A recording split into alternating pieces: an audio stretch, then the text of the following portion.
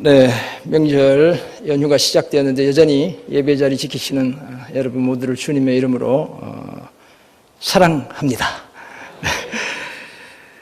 길과 진리 생명이라는 제목 가지고 함께 말씀 나누어 보겠습니다. 우리가 잘 아는 소설 빙점이 있습니다. 이 빙점의 작가가 누굽니까? 미우라 아야코이죠. 이 미우라 아야코의 또 다른 작품 중에 길은 여기에라는 작품이 있습니다. 젊을 때 한 번씩 읽어보셨죠? 이 미우라 아야코는 1922년에 태어났습니다. 고등학교를 졸업한 다음 바로 초등학교 교사가 되었습니다. 7년간을 봉직하다가 2차 대전이 끝난 다음에인 1946년 군국주의 교육의 회의를 품고 교단을 떠나게 되었습니다. 그런데 불행이 그때부터 시작되는 것입니다. 퇴직 직후에 폐결핵에 걸리게 되었습니다. 폐결핵에 동반되는 척추 카리에스라는 질병까지 찾아왔습니다. 그래서 37살 되던 해인 1959년까지 무려 13년 동안을 병상에서 누워서만 지내야 했습니다. 소설은 이 절망의 시기를 지나야 했던 미우라 아야코 자신의 이야기를 진솔하게 담아내고 있습니다. 소설에 따르면 폐결핵과 척추 카리에스를 앓으며 여동생을 따라 성탄절에 교회에 갔지만 그 여동생이 먼저 죽고 말았습니다. 허무주의에 빠졌고 삶의 무의미함 속에서 자살을 꿈꿔야 했습니다. 대소변도 가리지 못한 채 침상에서만 지나야 했던 그 시절 같은 결핵 환자이자 진실한 그리스도인이었던 다다시라는 한 남자를 만나게 되었습니다. 마침내 이 남자를 통해 예수님을 영접했고 1952년 병상에서 세례를 받았습니다. 그런데 이 친구이자 연인이었던 다다시가 병을 이기지 못하고 먼저 죽게 되었습니다. 그렇지만 이제는 더 이상 죽음을 꿈꾸진 않았습니다. 왜냐하면 생명을 향한 새 길을 발견했기 때문이었습니다. 예수 그리스도를 통해 하나님께로 난 새 길을 보았기 때문이었습니다. 다시 말해서 길은 다른 곳에 있는 것이 아니라 여기 곧 예수님 안에 있다는 사실을 알게 되었기 때문에 그렇습니다. 그래서 소설의 제목이 뭐라고요? 길은 여기에인 것입니다. 어쩌면 오늘 우리 중에 누군가는 13년 동안이나 병상에 누워서만 지내야 했던 미우라 아야코와 같은 처지에 놓여 있는 분이 있을 수도 있습니다. 오늘 일부 예배 때 유정현 집사님이 홀로 오셨어요. 이게 끌면서. 보신 분이 계실지 모르지만 제가 너무 바빠가지고 제대로 환대를 못해가지고 저녁에 전화를 한번 드렸어요. 죄송하다고. 예배를 그렇게 사모하시는 것이죠. 사는 것보다 차라리 죽는 것이 훨씬 더 쉽게 느껴지는 그런 분이 있을 수 있습니다. 유정현 집사님 모르시는 분은 일주일에 4번 투석해야 하는 그런 분이세요. 감당하기 힘든 삶의 무게 때문에 질식해버릴 것만 같은 압박감을 느끼는 그런 분이 우리 중에 있을 수도 있습니다. 오늘 이 밤에 예배의 자리에 오셨지만. 아니면 참 불행하게도 내가 판 함정에 내가 빠져 헤어나올 방법을 찾지 못한 채 허족되고 있는 그런 분이 있을 수도 있습니다. 사실 오늘 본문 요한복음 14장에 등장하는 제자들이 그러했습니다. 그저 평범한 본문인 것 같지만 그렇지 않습니다. 그래서 예수님이 대뜸 뭐라고 이야기하셔요? 너희는 마음에 근심하지 말라. 왜냐하면 제자들의 근심이 너무너무 컸기 때문에 그렇습니다. 조금 전에 선생님의 말을 들었던 요한복음 13장부터 시작된 선생님의 말을 들었던 제자들의 그 걱정 근심이 이만저만한 것이 아니었기 때문이었습니다. 아마 얼굴이 사색이 되었던 것 같아요. 그래서 예수님이 대뜸 너희는 마음에 근심하지 말라라고 말씀하셨습니다.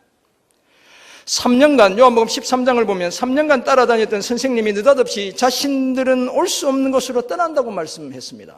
도대체 이게 무슨 말이란 말인가? 선생님이 한 자리 차지하면 좌우에 앉을 기대를 하고 있는데 선생님이 어딘가를 가는데 여러분들은 따라올 수 없다라고 이야기하는 것이죠. 그런데다가 제자들 12명 중에 한 사람이 자기를 판다고 말씀하기도 했습니다.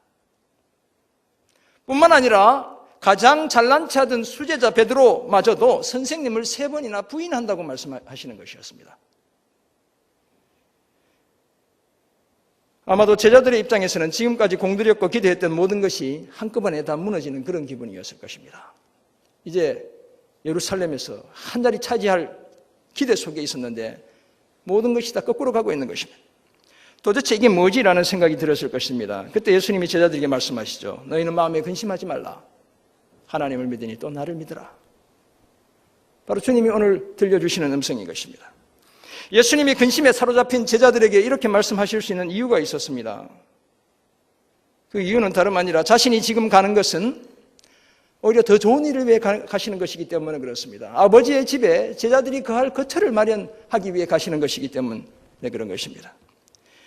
그리고 거처가 예비되면 3절을 보면 저들도 자신과 함께 그곳에 머물 수 있도록 저들을 영접해 가실 것이기 때문에 그렇습니다.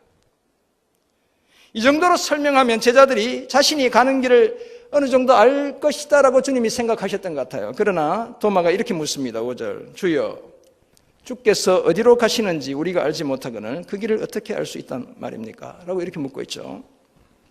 예수님이 아버지께로 아버지의 집으로 간다고 분명히 말씀했지만 제자들의 귀에는 그 말이 제대로 들려오지 않았습니다.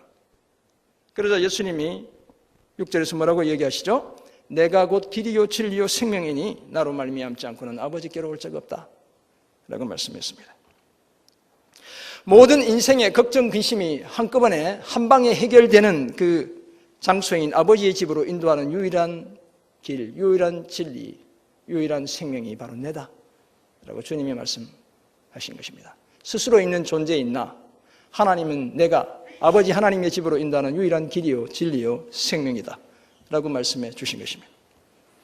이런 사실을 말씀하는 오늘 본문 요한복음 14장 1절에서 6절을 통해 우리는 예수님이 아버지 하나님 집으로 가는 유일한 통로가 되는 몇 가지 이유, 너무나 단순한 이유를 세 가지 발견합니다. 예수님이 먼저 길이기 때문에 그런 것이죠. 둘째는 진리이기 때문에 그런 것입니다. 셋째는 생명이기 때문에 그런 것입니다. 그래서 우리는 확실하고 안전하게 근심과 걱정이 전혀 없는 아버지의 집에 갈 수 있게 되는 것입니다. 우리가 잘 아는 요한복음 13장에서 16장은 소위 다락방 강화라고 이야기하고 있죠. 다락방에서 주님이 들려주신 말씀이라는 것입니다. 6월절 마가의 다락방에서 제자들과 최후의 만찬을 나누시면서 예수님이 들려주신 말씀이기 때문에 다락방 강화다 이렇게 이야기하고, 최후의 만찬 석상에서 주님이 해주신 말씀이기 때문에 고별담화다 이렇게 이야기하기도 하는 것입니다. 이 내용 속에 가장 많이 등장하는 단어는 아버지라는 단어입니다. 제가 다음 주 주일 오전 설교 때 아버지에 대한 아빠 아버지라는 제목으로 함께 말씀을 나누게 될 것입니다.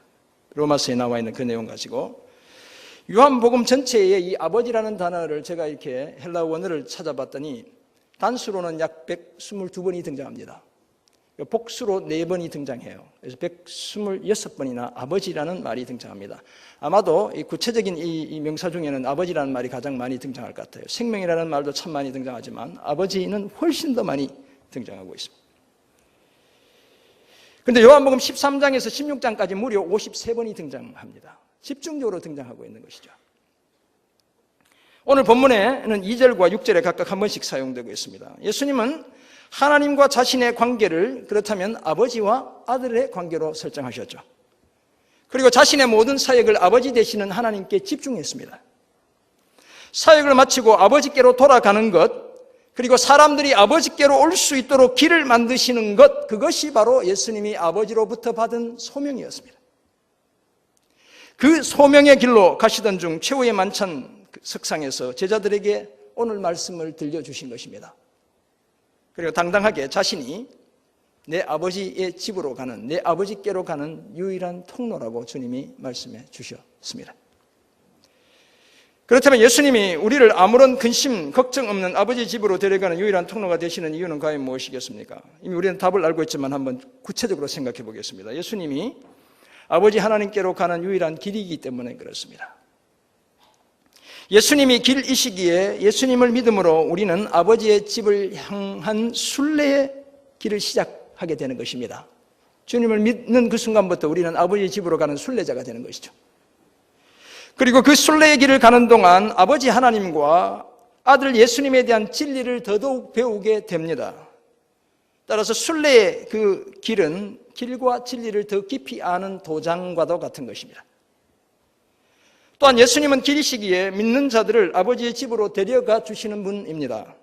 그것도 천국으로 향하는 유일한 길입니다. 그리고 천국은 우리의 마지막 집인 것입니다. 최근에 이사하신 분들 많으시죠? 호메실로. 이제 더 이상 이사갈 필요가 없는 그 집이 바로 천국인 것입니다. 이사한다고 여러분 고생 안 하셔도 돼요. 짐 쌀 필요가 이제 없는 것입니다. 집이 작다고 아쉬워하실 이유가 전혀 없습니다. 오늘의 근심거리가 한두 가지가 아니지만 우리는 모두 길이신 예수님을 통해 아버지께로, 아버지의 집으로 가게 된다는 사실을 확실히 믿기 때문에 계속 전진할 힘을 얻게 되는 것입니다. 그것이 우리의 믿음이죠. 회사 다니면서 제가 해외 출장을 많이 다니는 부서에 있었다고 여러 번 말씀드렸습니다. 저도 한 20개국 이상을 다닌 것 같아요. 회사 다닐 때만 해도.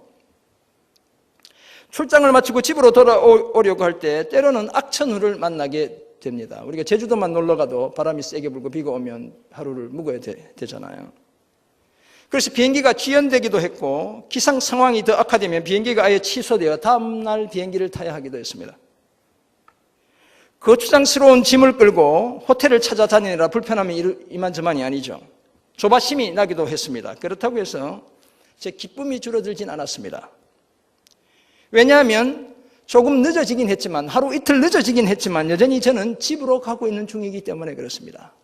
제 아내가 저를 열심히 반겼는지 모르겠지만 아무튼 여전히 집으로 가고 있는, 서로 바빠가지고 저는 제가 짐 싸서 다니고 이렇게 했는데 그럼에도 불구하고 집으로 가고 있는 중이기 때문에 조금 늦어져도 기쁨이 반감되지 않는 것입니다. 집으로 가고 있을 때면 크고 작은 불편함은 별로 문제가 되지 않습니다. 그래서 우리는 모두 그런 경험을 했죠. 도로가 주차장으로 변하던 그때에도 12시간 이상 걸려서 고향집으로 다녀왔던 그런 경험들이 우리는 다 있는 것입니다. 부모님이 계신 곳으로, 형제들이 만나는 그곳으로 집으로 가기 때문에 그런 불편함을 다 감수하는 것이죠. 더구나 예수님은 자신이 우리를 불완전한 이 땅의 집과는 비교할 수 없는 완전한 아버지의 집으로 인도하는 유일한 길이라고 말씀하고 있습니다. 그런데 아버지의 집과 천국은 그저 관념이나 상상 속의 이상향이 아닙니다. 그저 우리의 상상 속에 숨어있는 파라다이스가 아니라는 것입니다. 천국은 실존하는 장소입니다. 진짜 존재하는 곳이라는 것입니다. 그리고 예수님은 그곳에서 하나님으로부터 이 땅에 보냄을 받은 분입니다. 요한복음은 끊임없이 예수님이 하나님으로부터 보냄받은 분, 하늘에서 보냄받은 분이라고 이야기하고 있습니다. 당연히 예수님께 아버지의 집과 천국은 단지 마음의 상태가 아니라 돌아가야 할 고향이었습니다. 실제로 돌아가야 할 집이었던 것이죠. 그래서 예수님은 그곳을 내 아버지의 집이라고 부르고 있습니다.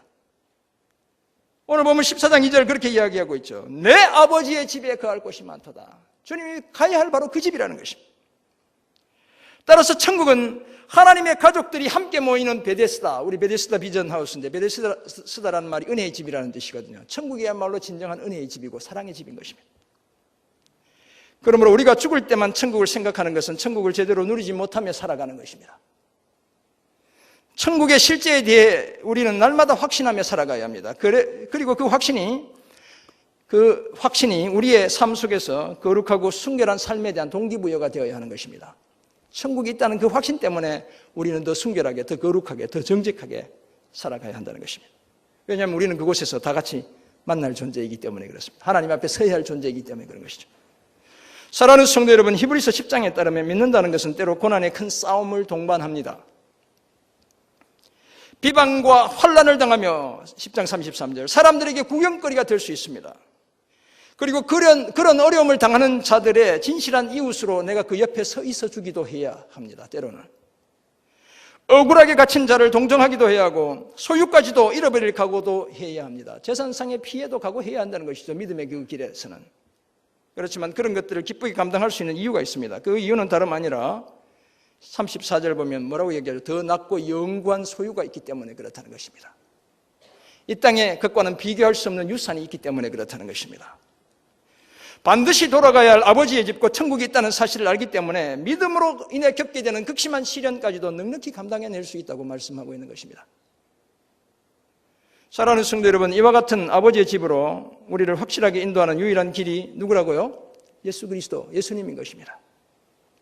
따라서 천국에 대한 우리의 소망은 결코 실패가 없는 소망입니다. 그 소망 때문에 오늘 현실의 유혹과 우리 앞에 막아선 산 같은 근심도 넉넉히 이길 수 있게 되는 것입니다. 그러나 만약 우리가 다른 길을 선택하면 아버지께로 나아갈 수 없게 되고 따라서 아버지 집에서 누릴 복마저 잃어버리게 됩니다. 예수님 외에 다른 길을 선택하면. 그러므로 우리는 모두 악인의 꾀를 따르지 않아야 하고 죄인의 길에 서지 않아야 합니다. 오만한 자의 자리에 앉지 않아야 하는 것입니다. 시인이 그렇게 노래하고 있죠. 망할 수밖에 없는 악인의 길이 아니라 길이신 예수님을 따라 하나님 인정하는 의인의 길로 가는 그런 저와 여러분이 되어야 합니다. 길이신 예수님을 따라 마침내 아버지의 집에 이르러 영생 복락을 누리며 살아가는 저와 여러분 모두가 되시기를 주님의 이름으로 축원합니다. 예수님이 우리를 아버지 집으로 인도하는 통로인 두 번째 이유는 예수님이 하나님 아버지께로 가는 유일한 뭐라고요? 그 다음에 진리이기 때문에 그렇습니다. 자신을 아버지께로 오는 유일한 길이라고 말씀하신 예수님은 자신을 또한 진리라고도 하셨습니다. 예수님은 진리이시기 때문에 하나님 아버지의 마음을 보여주시는 분이다. 우리가 이렇게 이해할 수 있습니다. 사실 이 진리라는 말은 길이라는 말과 종종 일맥상통하는 것이죠. 그래서 한자로 도라고 이야기하면 무슨 도라고 해요? 우리가 한자 써놓고 길도라고 이야기하는 것입니다. 도는 길을 의미하고 이 도는 진리를 가리키는 것이죠.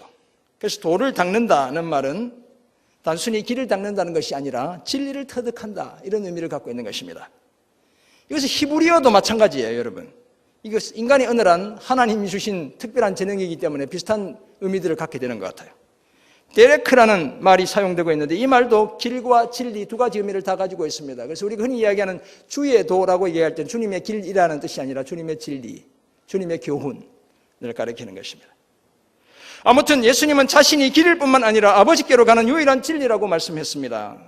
이 진리가 한자를 풀었으면 참된 이치라는 것이죠. 근데 무엇이 진리입니까? 예수님이 말씀하시는 진리. 요한복음 17장 17절에 따르면 아버지의 말씀 곧 하나님의 말씀이 진리라는 것입니다. 왜냐하면 하나님의 말씀만이 항상 언제나 어디서나 옳은 이치이기 때문에 그렇습니다. 여러분, 과학의 가정은 늘 옳지 않습니다. 수시로 바뀌는 것이죠. 법칙이 바뀝니다, 여러분. 그 전제가 바뀌는 것이죠. 그러나 하나님의 말씀은 변치 않습니다. 그래서 진리인 것입니다. 그래서 우리는 하나님의 말씀인 성경에서 진리이신 예수님을 만나게 되고 아버지께로 가는 우리의 여정에 필요한 위로와 힘을 얻게 되는 것입니다. 우리가 성경을 가까이 해야 되는 이유가 바로 거기에 있습니다. 따라서 만약 우리가 성숙한 성도라면 매일 말씀을 읽고 그 진리를 묵상하는 데 시간을 들이고 그렇게 함으로 아버지의 마음 가까이 다가가야 하는 것입니다. 진리고 주의 말씀이 우리의 발에 등이 되게 해야 하고 우리의 길에 빛이 되게 해야 합니다. 시편 119편은 전체가 다 주의 말씀을 노래하는 시편이죠. 176절까지. 또한 나그네 된 집, 천국을 향해 가는 순례자의 그 여정 속에서 주의 율례가, 주의 말씀이 우리의 노래가 되게 해야 하는 것입니다. 제가 너무너무 좋아하는 구절이에요, 이 구절은. 그래야 우리는 설령 누군가가 내 등 뒤에 관역을 그려놓고 그 관역을 향해 마음껏 비난의 화살을 쏘아대도 쓰러지지 않을 수 있습니다. 그러나 진리를 똑바로 지향하지 못하면 조금만 비난의 화살이 날아와도 쓰러지고 마는 것입니다. 방향을 틀게 되는 것이죠. 엉뚱한 데로 가게 되는 것이죠.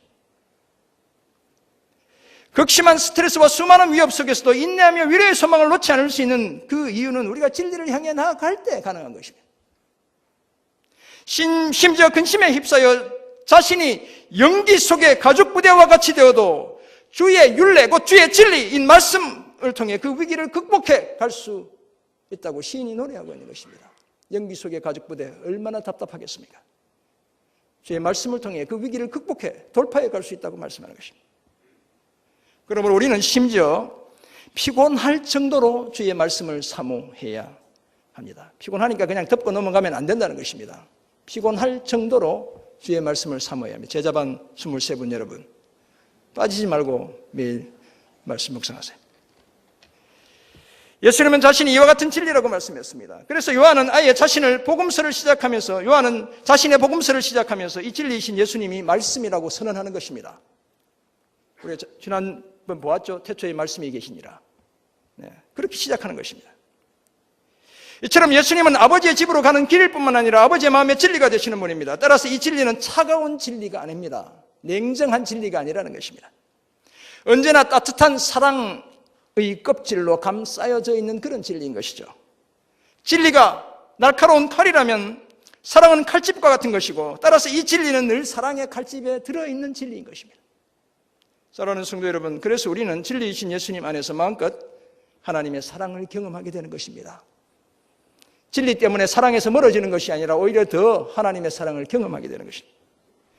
또한 진리이신 예수님을 통해 하나님은 사랑 그 자체이심을 우리가 알게 되는 것입니다. 하나님이 사랑이라고 얘기한 사도가 누굽니까? 요한일서에서 요한인 것입니다. 요한복음을 기록한 요한 사도가 이야기하고 있는 것이죠.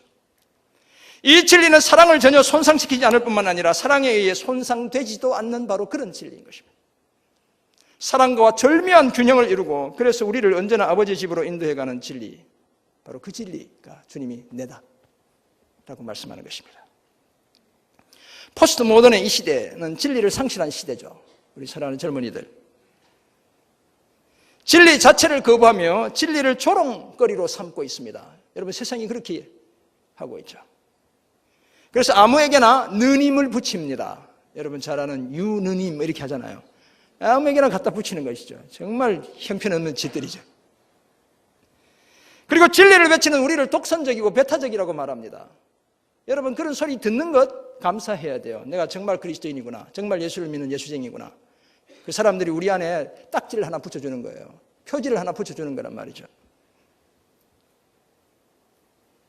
그러나 그 어떤 비난의 화살이 날아와도 우리는 이 진리를 포기할 수 없습니다. 진리이신 예수님을 포기할 수가 없습니다. 저희는 다른 것들이 진리라고 우리가 인정해 줄 수가 없습니다. 많은 구원의 길이 다른 데도 있다고 우리는 동의해 줄 수가 없습니다.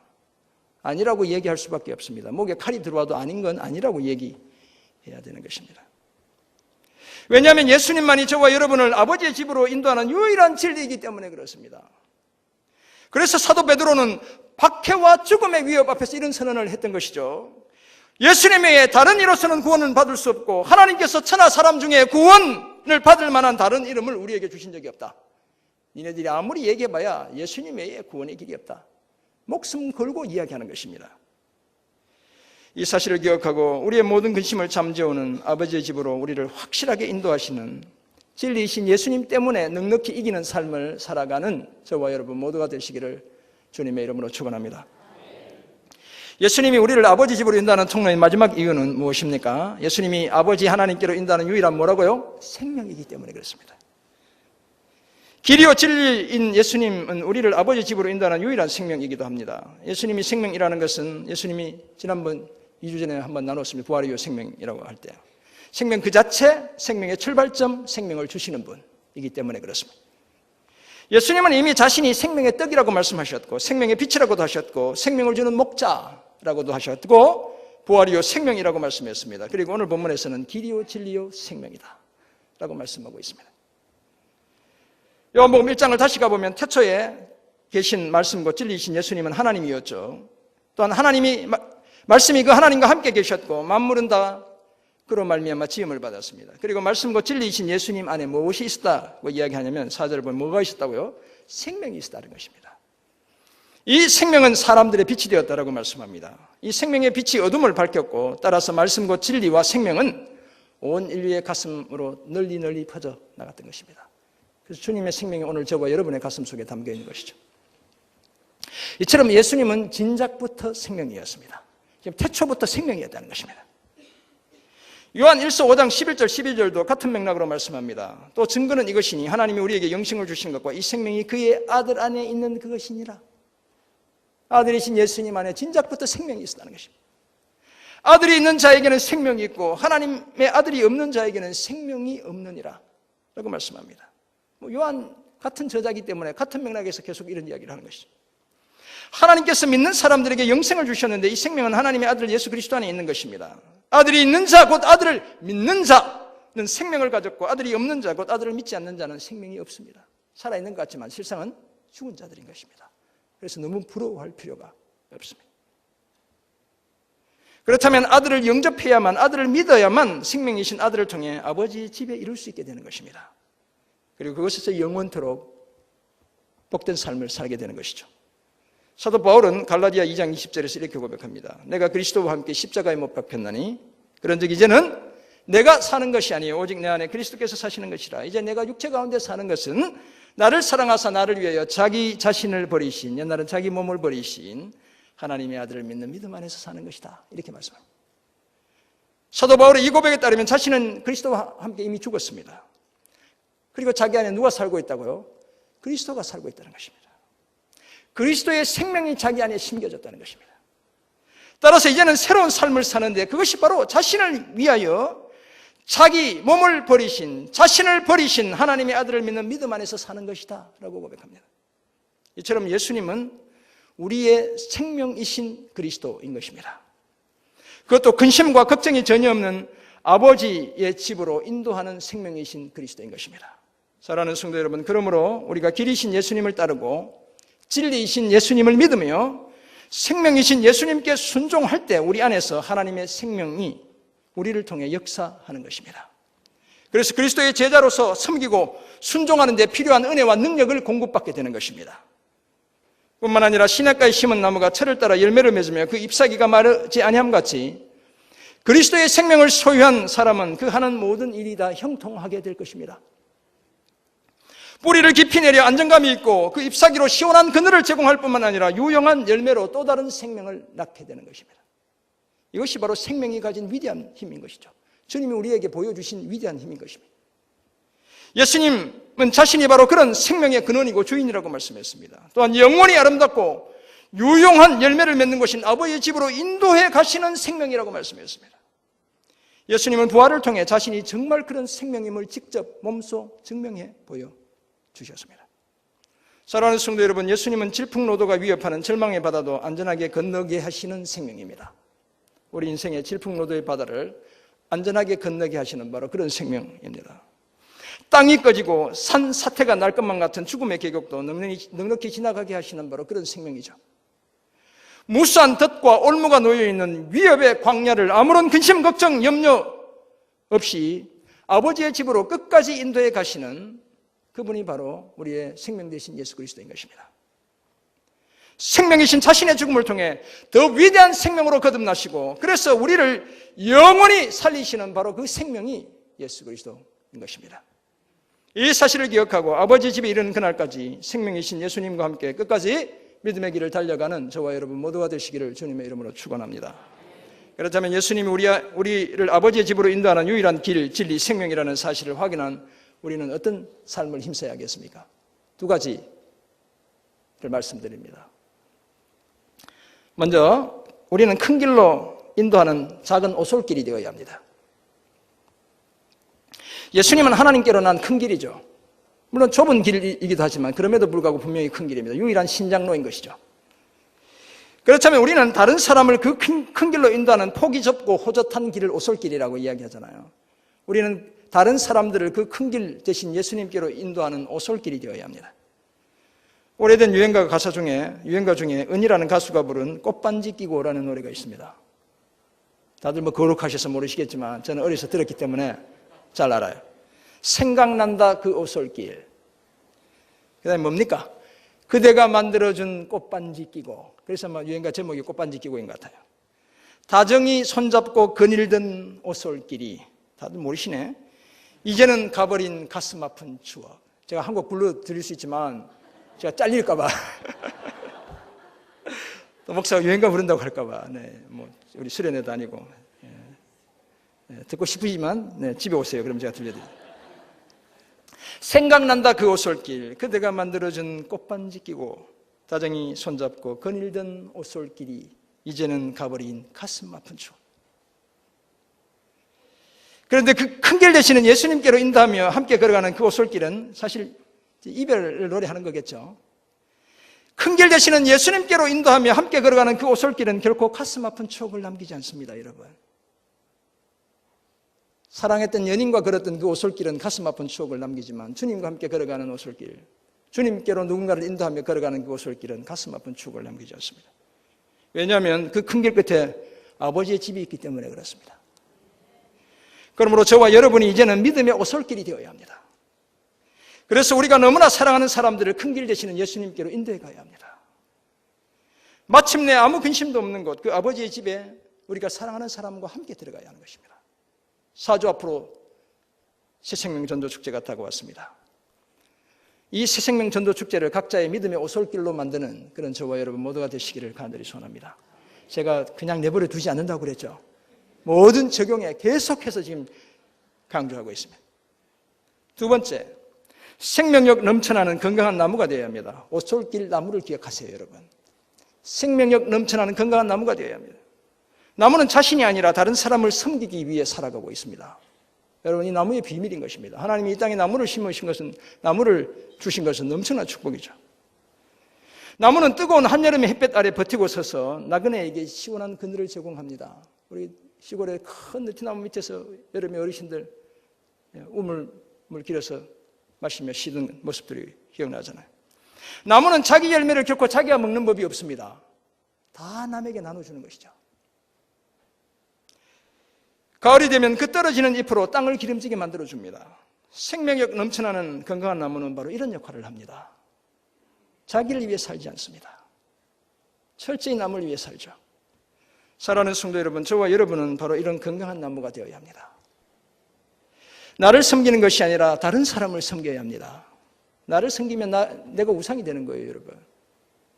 내가 먼저 그늘 아래로 피해가려 할 것이 아니라 다른 사람에게 그늘이 되어 주어야 하는 것입니다.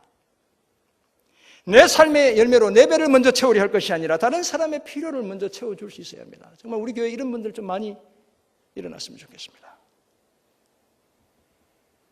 기꺼이 나를 희생해 또 다른 누군가를 살려내야 합니다. 희생 없이 어떻게 살려낼 수 있겠습니까? 어떻게 감동을 줄 수 있겠습니까? 어떻게 영향력을 미칠 수 있겠습니까? 내 목 다 챙기면서. 그건 불가능한 것입니다. 길이요 진리요 생명이신 예수님이 바로 그런 역할을 하셨습니다. 철저하게 희생하셨습니다. 다 내어주신 것이죠. 그래서 저와 여러분을 아버지 집으로 인도하는 길과 진리와 생명이 되어주신 것입니다. 이 사실을 기억하고 생명력 넘치는 건강한 나무로 살아 다른 누군가를 아버지 집으로 인도하는 그런 저와 여러분 모두가 되시기를 간절히 소원합니다. 앞에 소개해드린 미우라 아야코는 1999년에 파킨슨 병을 앓다가 77세의 나이로 소천하게 되었습니다. 병상에서 세례를 받은 이후 미우라 아야코는 날마다 성경을 읽었습니다. 그 중에서도 특히 하나님 앞에 노출된 인간의 죄에 주목하면서 글을 쓰기 시작했습니다. 이 글을 쓰기 시작한 것이 문인이 되게 한 것입니다. 성경에 나타난 스캔들 또는 인간 속에 흐르고 있는 죄성을 자신의 글에 담게 되었습니다. 인간의 죄의 많은 모습을 안다는 것은 곧 하나님의 높고 맑은 사랑을 아는 것이었기 때문에 그렇습니다. 깊은 죄성을 볼수록 하나님의 더 큰 사랑을 볼 수 있기 때문이었습니다. 병상에서의 그녀의 습작은 그녀가 문학계에 등단할 수 있는 밑거름이 되었던 것입니다. 그녀는 세례받는 날을 경계선으로 확실히 변했습니다. 마음속에 밝은 빛이 커져서 참을 수 없게 된 그 기쁨을 다른 사람들에게 알리고 싶었기 때문이었습니다. 자기가 발견한 그 세계를 다른 사람들에게 보여주고 싶었기 때문이었습니다. 그래서 길은 여기에 라는 소설을 쓰고 있는 것입니다. 결핵, 척추칼이에서 대상포진, 직장암까지 걸렸습니다. 파킨슨 등의 난치병과 맞서면서 미우라 아야코는 이 모든 것이 다 하나님의 은혜와 기도 덕택이다 라고 말했습니다. 1999년 자신을 아는 많은 사람들의 축복 속에서 새로 난 길 예수 그리스도를 통해 하나님의 품에 아버지의 집에 들어가게 된 것입니다. 사랑하는 성도 여러분, 우리의 일상 속에 근심과 걱정이 전혀 없을 수가 없습니다. 명절이지만 여전히 풀어야 할 문제들을 안고 있는 분들이 우리 안에 계시죠. 사실 한 고비를 넘겼다 싶으면 더 높은 산이 어느덧 내 앞에 다가와 있습니다. 자식을 키워보면 이제는 괜찮은 일을 하면 또 저제는 저런 일이 생기는 것입니다. 그러나 이제 더 이상 그 근심의 노예로 우리는 살지 않습니다. 왜냐하면 예수님께서 뭐라고 말씀하셨습니까? 1절, 너희는 마음에 근심하지 말라. 하나님을 믿으니 또 나를 믿으라. 주님이 이렇게 얘기해 주시는데 뭐 때문에 근심합니까? 뿐만 아니라 14장 6절 주님이 이렇게 말씀하시죠. 뭐라고 얘기하셔요? 내가 곧 길이요 진리요 생명이니 나로 말미암아 그는 아버지께로 올 자가 없다. 내가 반드시 아버지 집으로 데려갈 건데 왜 근심하니? 왜 걱정하니? 라고 말씀하는 것입니다. 사랑하는 성도 여러분, 사실 우리는 조금씩 흔들리며 북쪽을 가리키는 나침반처럼 우리의 삶으로 하나님을 가리키는 나그네들입니다. 우리는 흔들리지 않을 수가 없죠. 나침반은 늘 흔들리면서도 정복을 향하게 되는 것입니다. 우리의 삶은 다 그런 것이죠, 사실. 그렇다면 우리 내면의 나침반을 잘 조절해야 길과 진리와 생명이신 예수님을 따라 우리의 최종 목적지인 아버지의 집에 도착할 수 있습니다. 그러므로 우리 마음의 정원에 뿌려진 그 자갈, 무성하게 자라난 잡초를 제거하고 성령을 통해 우리 마음밭에, 우리 마음 정원에 하나님의 발길이 회복되게 해야 합니다. 여러분, 내면 세계의 성장과 영적 질서 읽으신 분들, 마음의 자갈과 잡초를 제거해야 하나님의 발길이 다시 회복되는 것입니다. 그래야 우리 인생의 나침반이 늘 길이요 진리요 생명이신 예수님을, 그 예수님을 넘어 아버지의 집을 제대로 행할 수 있게 되는 것입니다. 이 사실을 기억하고 믿음의 오솔길이 되고 생명력 넘쳐나는 건강한 나무가 되어 길이요 진리요 생명이신 예수님께로 우리가 사랑하는 사람을 인도하는, 그래서 함께 아버지의 집에 들어가는 그런 저와 여러분 모두가 되시기를 주님의 이름으로 축원합니다. 아멘. 기도하겠습니다. 하나님 아버지, 길과 진리요 생명 되신 예수 그리스도를 이 땅에 보내시고 십자가에 죽게 하시며 부활하게 하셔서 아버지께로 가는 유일한 통로가 되게 하신 것 너무나 감사합니다. 이 은혜 속에 살게 하시고 더 이상 마음에 근심하지 말고 하나님을 믿고 하나님의 아들 예수 그리스도를 온전히 믿는 믿음의 삶을 살아가는 저희 모두 되게 도와 주옵소서. 감사드리며 살아계신 예수 그리스도의 이름으로 기도드립니다. 아멘.